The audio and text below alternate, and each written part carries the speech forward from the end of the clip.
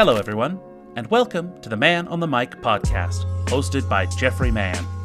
This podcast is dedicated to honest discussions that inspire, connect, and bring out the best in our guests. Now let's get started with the show. Here's your host, Jeffrey Mann. Awesome. Hey, welcome everybody back to Man on the Mic. Today I'm joined by a special guest, Matt Hoodie. We are going to be talking about fitness, nutrition, but also mindset behind that. And so I want to give him a chance just to introduce yourself to everybody. Yeah, absolutely. So my name is Matt Hoodie. I am a dietitian by trade. I also own a gym out here in Scottsdale, Arizona called Transform Scottsdale. I've had it for 9 years now, a cryotherapy clinic. And then my main job is online nutritional coaching for people with special circumstances, people who need a little bit more guidance. Okay. Yeah. I love that. So let's dive in, let's start at the beginning. What got you into this space? So I was, like we were talking about, I was over 300 pounds at my heaviest. I was diagnosed as pre-diabetic when I was 19, but I'd been overweight my whole life. As a kid, you know, I played video games. I love food. I actually started off wanting to be a chef. So I started off at Scottsdale Culinary, did like half a semester there. There was the Cordon Bleu program here, and I was just getting fatter and fatter. And I got really sick, and I had been avoiding the doctor. People will do this when they're getting fat. They'll avoid the doctor because they don't want to be weighed. Yeah. And they don't want them to do blood work. So I was like, I hadn't been a doctor in like 3 years. So I go back to a doctor, and I'm really sick, and they weigh me, and they're like, you're up 80 pounds. We want to run tests and see if you have hypothyroidism or something. Is there a reason behind this, right? They run blood work. My blood work's fine. I just was playing video games and eating food. I had gained weight, and they basically sat me down and they were like, hey man, you're pre-diabetic, your A1C is, in the sixes. You're only, 20, you're in your early 20s here. If you don't turn this around, you're going to be full-blown diabetic quick. Some people can get away with it. Other people can't. It just kind of depends. You don't know until you look. That's the problem. And that was enough to scare the hell out of me. And I'm a very all or nothing person. I was a pro gamer at the time. I was actually in something called the Cyber Athlete Professional League, where you play before Twitch, before streaming. There was an actual league where you would travel around the country, and you had a team, and you travel with your coach, and you'd line all the computers up. There was no streaming. So I did that pro. I played pro video games. So I literally quit video games. I decided to drop out of culinary school, and I enrolled in dietetics at ASU to be a dietitian and learn as much as I could about food. And I very quickly realized that if you're going to do the food side of things, you need to do the training as well. Yeah. So then as I was kind of wrapping that up, I realized, you know what, let me add on a degree in exercise science.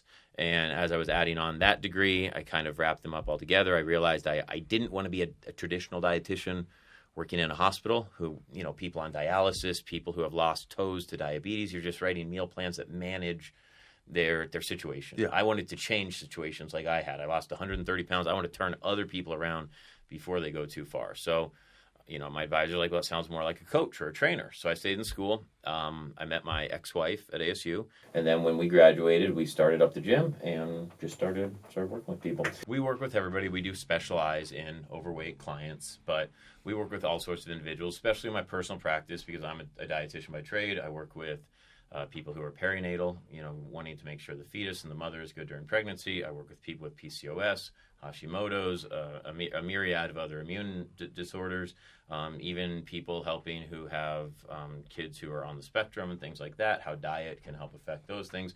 So pretty much anything that goes a little bit more in-depth than what you would get from a personal trainer or a nutritionist, which a lot of people don't know is not really a title. You and you could all be nutritionists today, and there's no board, there's no certifying.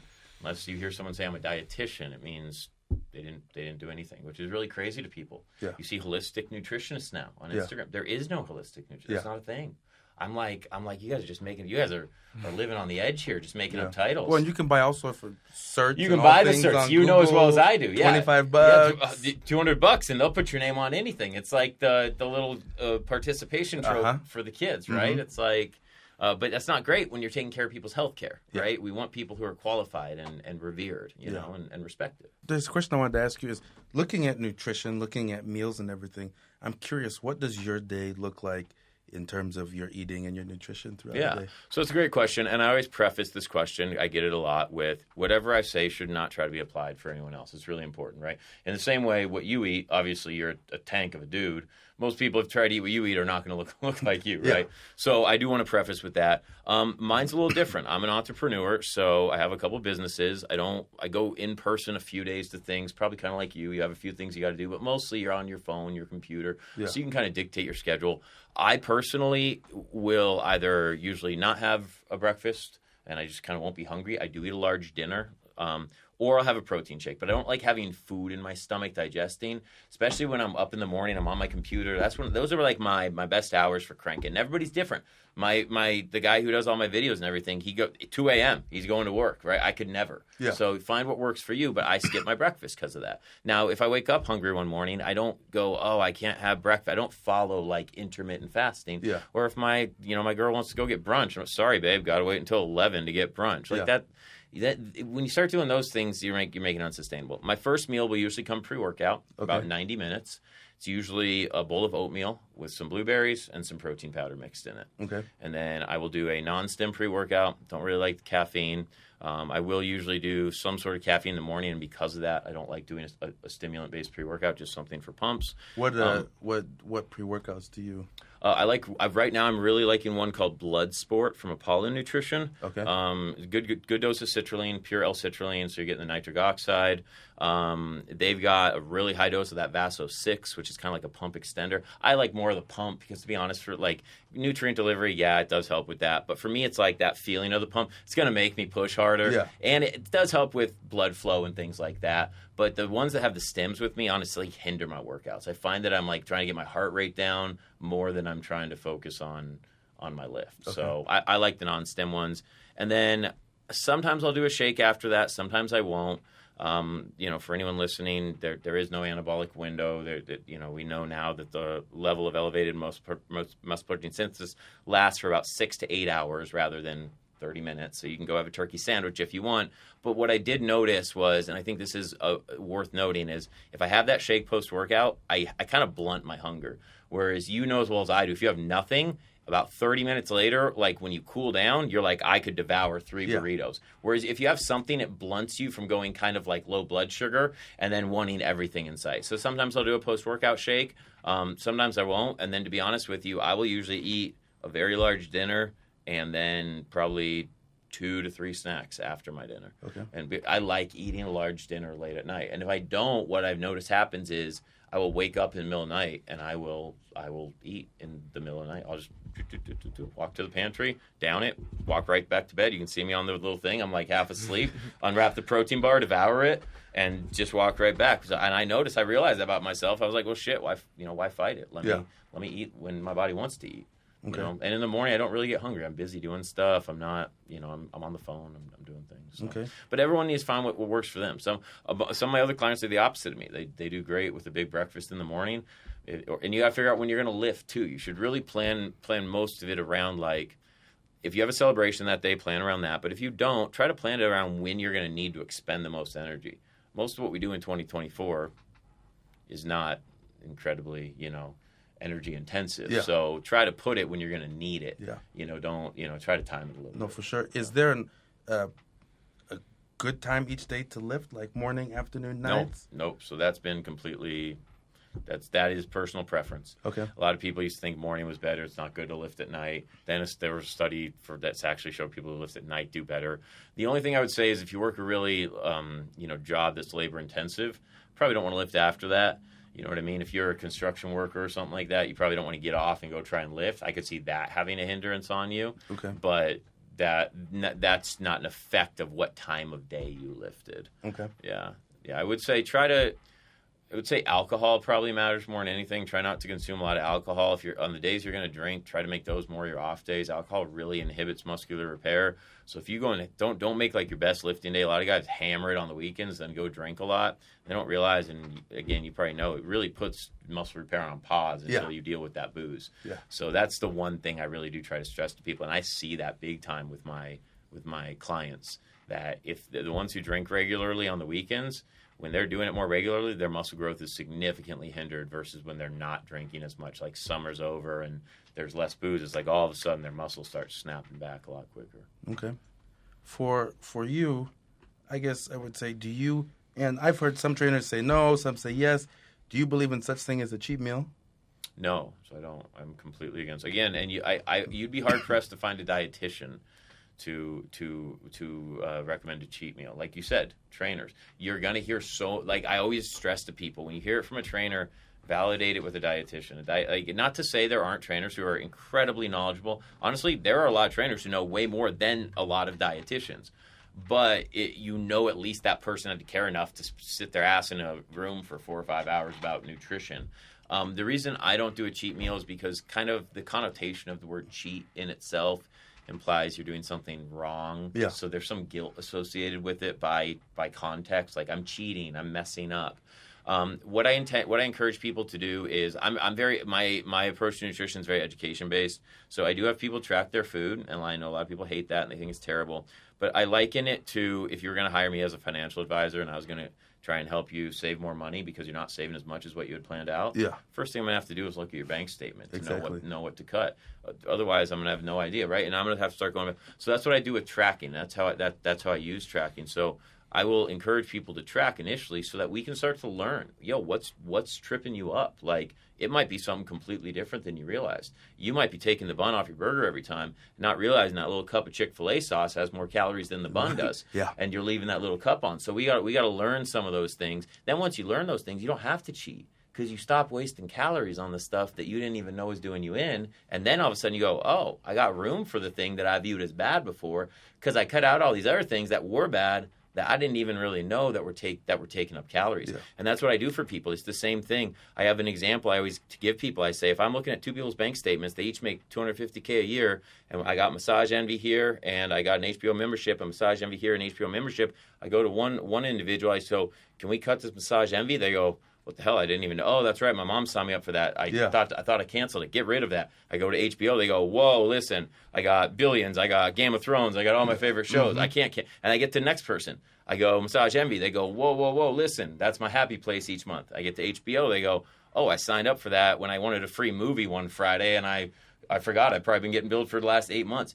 But they both make $250K, and we're removing two entirely different things. And that's how I try to explain it to people. Like, somebody needs to learn you. If you want this to be successful, that's why I think stuff like carnivore and paleo and keto and all this stuff where you get pushed into their diet box, and then you're stuck living. And then your kid is like, Mom, have a slice of sorry, Mommy's keto. She can't have your birthday cake. Or worse, you make your kid like a ground beef birthday cake, which is just like insane. But like that's what I really encourage people. I encourage people to look at it that way. Like think about this logically, guys. Don't set yourself up to be in the same position next year. I really try to force sustainability. I've helped 31 people lose over 100 pounds. I've only ever had one of 31 regain it, which is like a really high rate, and I think it's kind of the nature that we go about the weight loss. Okay. Yeah.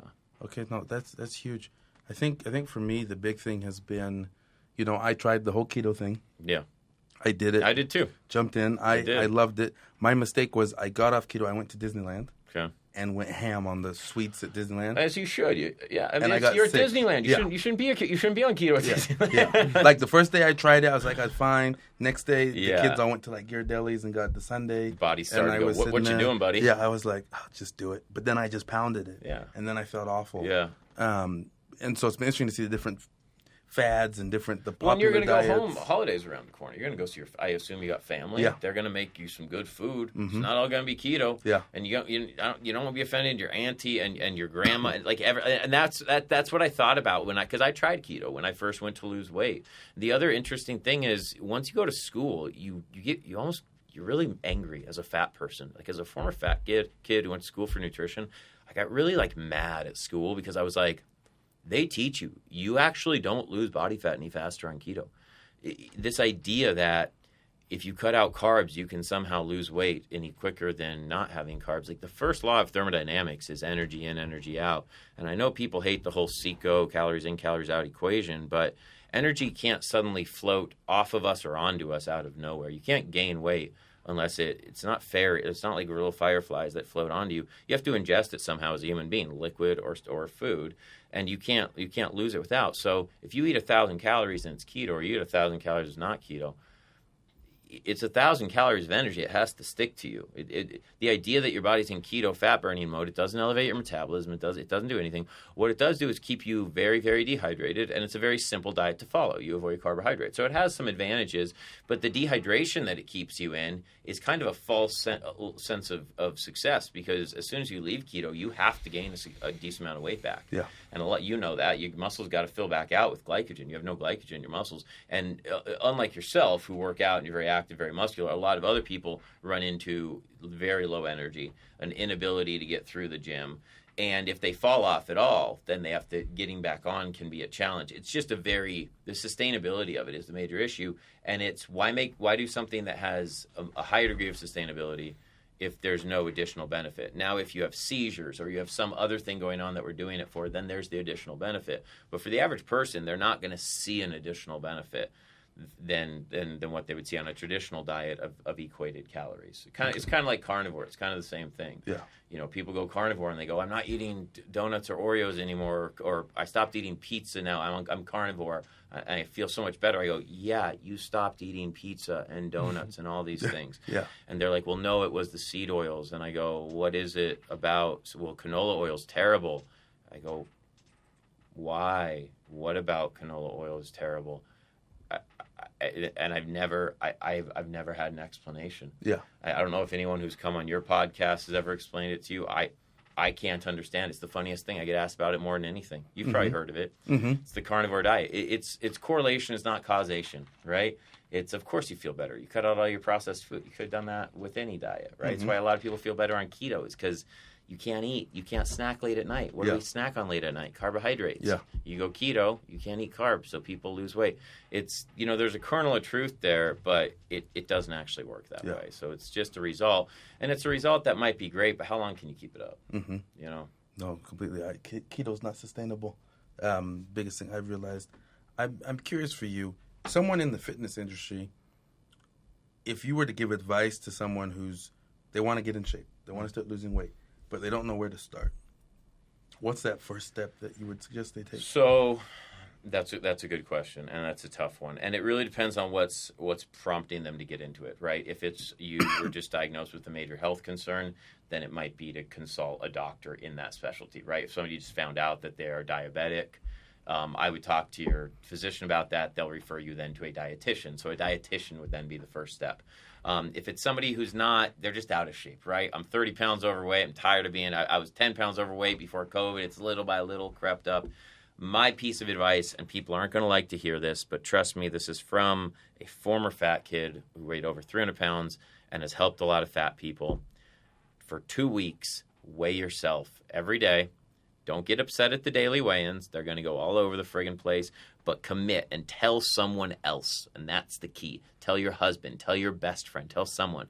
And say, I'm going to weigh myself every day for 2 weeks. And I'm going to put in the food I eat into a diary, MyFitnessPal, whatever, for 2 weeks. It doesn't have to be perfect. You're not going to find the perfect entry when you go get your soup and salad. But just find a soup and salad from a restaurant. Yeah. Put it in for 2 weeks. You will learn so much about yourself that you didn't know. I just looked this morning before we did this to see I have done 1,367 individual clients in the last probably about 6 years now for one-on-one coaching. I have had a total of 2 people out of those 1,367 who were overeating carbohydrates. And they were both over 500 pounds and were drinking multiple 2 liters per day. Every other person has either been actually in a good place, they were just eating too many calories, or the most common, about 8 out of 10 people, are overeating fat, and they don't know it. And that is what is responsible for obesity in America right now. In the 80s and 90s, it was sugar. Now it is fat. Fat is literally driving the obesity epidemic. We have now, as of 2023, the highest fat intake of any country in the world. We also simultaneously have the highest obesity rate. The first world country with the lowest fat intake in the world is Japan. They eat 60% carbohydrates. Their obesity is 3.6%. Ours is 42%. So we have 12 times a 1,200% higher obesity rate. They're the highest carb eating country in the world. It's literally backwards. I mean, if I showed you what it looks like in the graphs, you would say, this is insane. Everybody is being lied to. As sugar goes down, obesity goes up. This is the USDA economic research data. This is black and white, and this is why it just blows my mind. We have been on a decline since 1998 in sugar consumption, and an increase in fat consumption. And obesity has gone up, and people still look to see if stuff has sugar. It's like a bad joke. Yeah. I mean, it's crazy. And it's every meta-analysis you look at shows the same thing. I don't, and carnivore just keeps getting more popular. Yeah. It's crazy to me, but it's 2024. So I guess crazy is a relative term. Yeah, no, it's one of those times. It's funny. I tell people, if you want to feel in good shape, go to a theme park.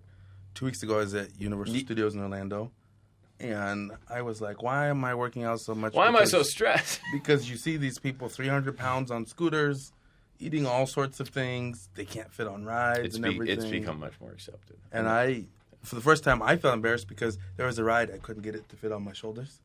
And I'm like, I got to go stand next So that actually happened. When I was overweight, I used to go to, in San Diego, there's a ride at Belmont Park. It's a roller coaster. And it was at my heaviest. And it was kind of the turning point. The next year is when I was in school. But they tried to, and my belly wouldn't go in. And the guy had to get me up out of it. And I had to walk past all of the people because they couldn't seal it down.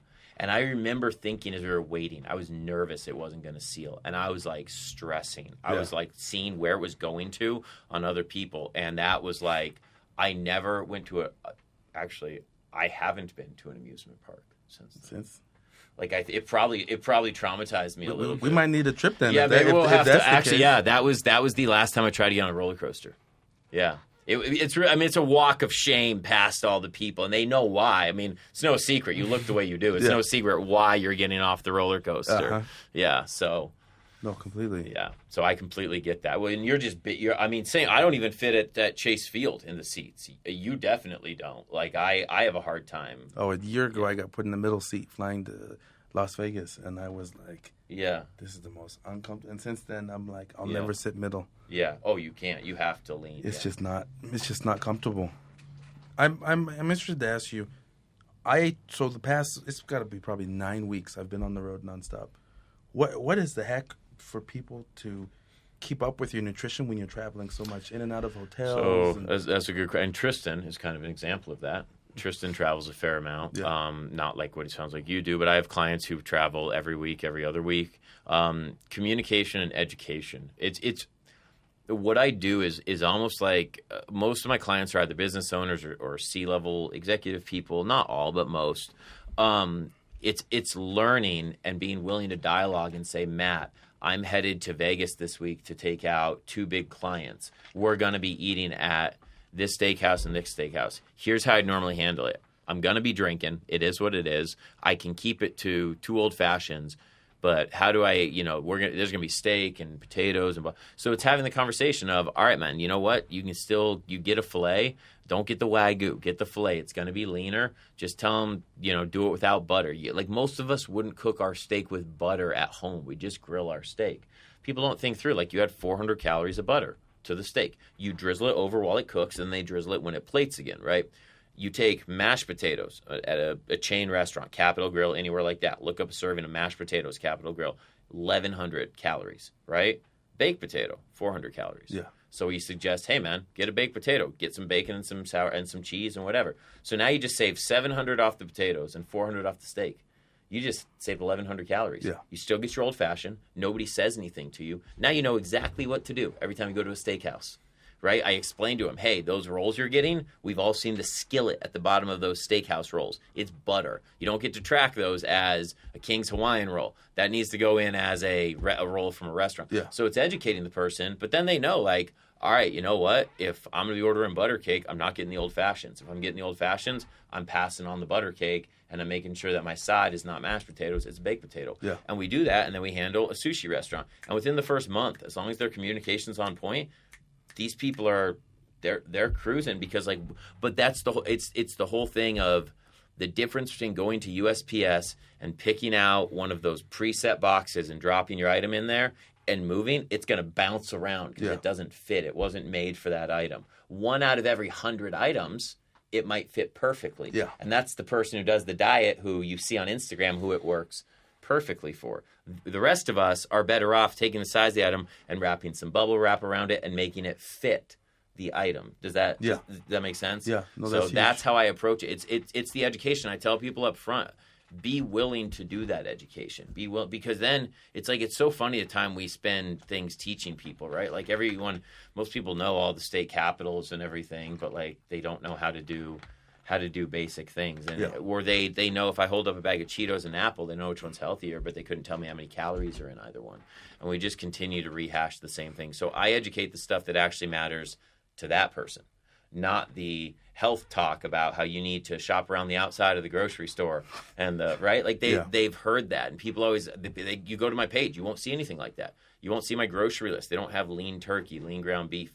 They have what's the better or the best frozen pizza if I need to pick it up. Because if you're already getting lean turkey and lean ground beef, you don't need my grocery list. You're doing it. You got it. Yeah. It's let's help you where you need help. That's probably the main difference. So one of the confessions I have is I live on my phone. Yeah. I work from it. I do everything. My screen time is it's about 13 hours a day. Okay. Average. Okay. And for you, coaching people, working with people, being hands-on with them, how do you find time for you away from the coaching, away from doing all of that? So I spend a lot of time with my fiance. We do a lot of stuff together. We have similar interests. We work out together. I'm fortunate that, exercise for me, it didn't used to be, but it's become something that I enjoy doing. It used to be a lot more regimented and and I found joy in like just being active and moving. We will go out. I make sure, we keep enough time for us. We've got kids. We go do stuff like Putt Shack. We go out to eat. We go do, vacations. Pretty much the normal. I like playing basketball. That's like a nice release for me. Yeah, same thing for me. So I'll play at Lifetime after I finish lifting sometimes, or I'll just go in there. Those would be I'd say primary. Honestly, I guess I'm lucky. Like I just finished a PDF about weed and THC. So it's all about THC, CBD, even the non-psychoactive, CBN, CBG, THC, things that have higher contents of THC, Afro strain, sativas. Like it goes pretty deep, and then it gives recommendations. A lot more people are starting to smoke as an alternative to drinking and things like that. But I had a blast putting that together. Like it was fun for me to do the research, find the citations, and do all that stuff. So I like that stuff. I like going to grocery stores and shooting the videos about like what's healthy and what's not. I have fun like editing those little videos and putting up the things that are good finds, because not only is it something I enjoy doing, I guess. I never really thought about it. But I know it's helping, it's going to help somebody. So and it's fun. I just like research. I like researching a lot of things. Okay. Yeah. So based off that project you just put together, I'm curious, what are your thoughts on stuff like Hoppe? What's the other one? Oh. Where you go down to Mexico? What is it called? Just like the plant medicines. Like the ayahuasca and things like that, where you trip on things like that. So it really depends. They're very individualized. They have different experiences. And that one is very much, I would say, individualized to what your life circumstances are. Why you're doing it is a big one. I think a lot of people do it. They're looking for something. They don't really know what, hoping they're going to find it. If that's for you, I've had every end of the spectrum of replies about the experience. I've had some people have terrible experience. I will say it's more positive than negative. Okay. Seems like it opens people up to new things, some people probably get mad who have done it. I notice with a lot of people, it's short-lived. They come back and they're like, you know how it is when like someone cheats death, right? And like something happens, they walk away from a crazy car accident and they're walking around like everything, the trees are greener and everything is, but then like 6 months later, like bills and like their wife is like everything sets back in. Yeah. So if you want to do it, if you're looking for something, I feel like for people who are in kind of a transitional place in their life, go ahead and try it. Just, I would definitely do it from a personal referral source. I don't know anything about any of what the true effects are, and I don't think anyone does, right? It's kind of like buying drugs on the street. Yeah. Like, you can go to Matthew Perry just OD'd. Yeah. Like, you'd think he would be somebody who would have measures in place and people in place who would stop that, right? So it's like, if you want to try it, just be safe with it. And if things are going good, I would say don't mess with it, right? Yeah. I've known people who have done it, and they were in a good relationship, and them and their partner went and did it, and it caused things that I'm like, "What, dude? Why'd you?" And I wish I never done this. That was the start of it, and I'm like, things were good. It was, So I don't know. It's I've never done it, but that's what I've heard from people. Have you ever done it? No. Yeah. I've done hopping. I don't. What is it? Hopping. And what does that do exactly? How do I explain it? They blow it up your nose, and it's like there's a masculine side, a feminine side, and then they did like some breath work and meditation stuff with it. Mm-hmm. For me, it just burnt my nose. I didn't really. Did you trip or anything like that? Yeah. Now, some of the guys in the room I was with doing it, they did. Oh, interesting. And they had experiences and everything. I mean, he had a pretty deep experience. Mine wasn't too deep. I didn't know how to accept it. Oh. So I was just very emotional, but it was like, I was emotional, but I didn't know why. Like, I was conscious. Weird. It was weird. You're like crying, you don't know why. Exactly. Really? And I was like, what is going on What's with wrong me? with me? I don't know. Yeah, no, that was literally me. But there was guys that like loved it, had great experiences. Where'd you guys do it? So, Moab, Utah. Okay. Sounds about right. Yeah. It was definitely a different experience for me. Like, I didn't get much out of it except bad headache and I'm trying to think if I've ever done anything that I don't know. I don't like being out of control too much. I decided to go sober this year. Okay. That was a decision for me. Thank you. I appreciate that. That was a really good decision. I'll be honest. I should have done it a long time ago.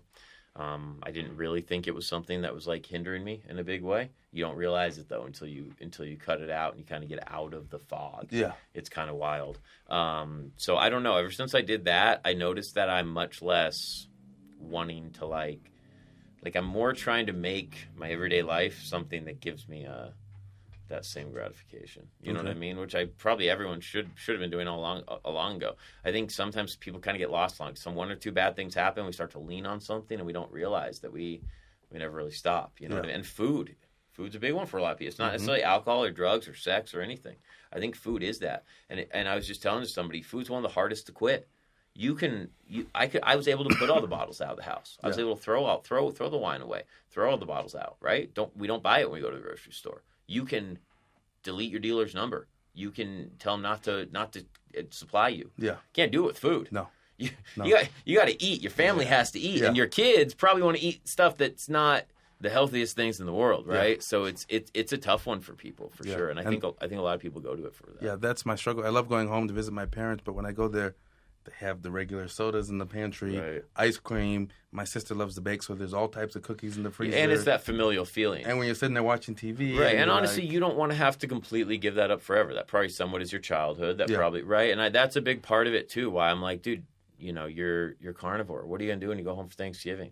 Yeah. You're gonna carnivore it up, buddy? Yeah. You're gonna, no, sorry, Mom, no turkey, just eggs for me. Sorry. Yeah. So, sorry, no stuff. How long are you going to do that? Super Bowl rolls around. What are you going to do? Yeah. So some guy offers you a bowl of chips. Sorry, I'm a carnivore. For how long are you really going to do that with your life? I tell people all the time, food is not sustenance.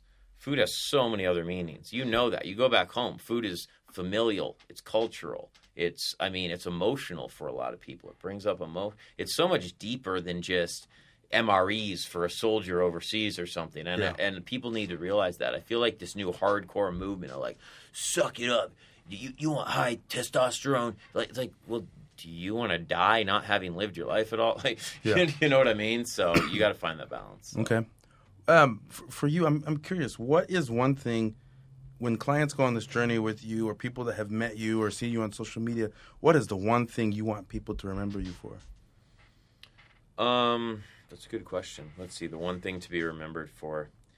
I try my best to really personalize everything. I really take each person as an individual. There is nothing cookie cutter. So there's nothing that gets sent out to the same person. There are some clients who I've done they'll tell you some pretty deep dives on. I really take it personally when somebody hires me. I really take it like it's a sense of respect for me. So I try to make sure that whatever they're getting is truly designed for them. So I try to really stress communication. That's probably the biggest thing. One thing you hear with coaches a lot is, the communication is poor, and having that from the beginning, understanding when do you need help, when do you need this. The clients who we get that set up early, it's a breeze. And if there's anything to focus on, if you're a client, whether you're looking at me or somebody else, communicate. Ask questions.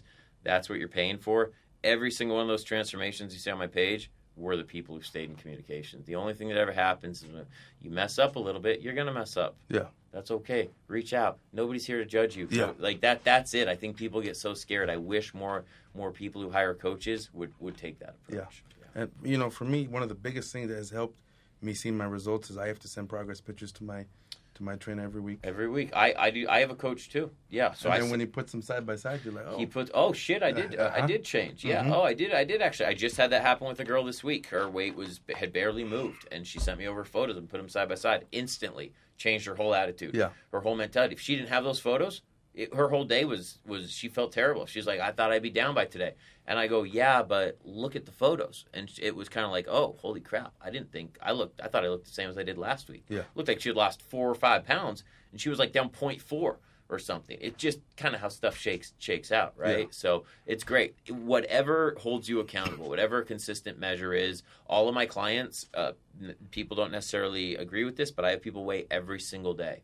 And the reason I have people weigh every single day is if you only weigh once a week, you got to cross your fingers and hope that you didn't have too much salt last night or you didn't have whatever, or you're going to feel like you just wasted a week. Yeah. So it's good to have as many data points as possible. If you're going to take it on, that's why when you ask, if you're going to take it on, measure things every day for 2 weeks. You'll be blown away at how much you learn about yourself, even if you don't do things right. Even if you keep getting canes and you keep getting whatever, you're going to be like, oh crap, that was this much, or that was this much, and you'll learn something for sure. Okay. Yeah. What's the best way if people are interested in connecting with you or reaching out? What's the best way to contact you? Definitely Instagram is my main social media. I'm on TikTok, but definitely not as active, not as much content. It's at Matt Hoodie on Instagram, and then I own Transform Scottsdale. If you do happen to live in North Scottsdale, it's about a mile north of the 101 on Scottsdale Road. Okay. Yeah. And is it a public gym or is it just? It's a private gym, so it's members. It's by appointment only. Okay. Yeah, everything's by appointment. We've got right around 9 trainers there right now. Okay. So we have people ranging from rehab, from former physical therapy studios, to people who are former professional basketball players who are great for athletic training. And then I oversee most of the, as a dietitian, most of the people who have more serious weight loss needs or strained relationships with food. So we handle a little bit of everything there. Yeah. Awesome. Yeah. Perfect. Thank you. No, thank you for joining me, brother. Absolutely. No, I appreciate you. Thank you for making time. I appreciate you, brother. Yeah. Thank you for tuning in to Man on the Mic. We appreciate you spending your time with us today. Remember, our podcast is available on all platforms so you can listen anytime, anywhere. Be sure to subscribe and stay updated. New episodes drop every week. Until next time, keep the conversation going. And as always, stay true to yourself. Thanks for watching.